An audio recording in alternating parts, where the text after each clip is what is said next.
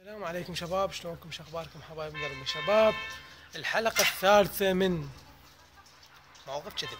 شباب طبعا امس جاي افطر بالمنطقة وكان اديك عليه رقم جديد. قلت هذا منو؟ فاجأت انا حقيقة ترى فاجأت. قلت منو هذا؟ رديت عليه قلت لي انا ترى فارس، شلونك حبيبي دايح؟ قلت حبيبي دايح ترى فارس منو؟ قلت له إيه، هلا بيه شلون شو اخبارك؟ تفضلي المطلوب. قالت انا حبيت مقاطعك وحبيتك انت اللي تحكي علي وانا احب واحد يحكي علي، وانت ما شاء الله يعني حلو، الله يخليك لي يكون مبسوط والله حلو. المهم قلت له اي، وطبعا انا حبيت مقاطعك ماشي يعني من حبي الك قمت اصنف عليك. قالت ادبك تحبني ادبك بس تصاير لوتي عودك. قلت له قالت هسه ما اقدر اتصل وياك بعدين بالليل خلينا ناون اهلي واتصل. قلت لها انت مو بتركيا دايحه؟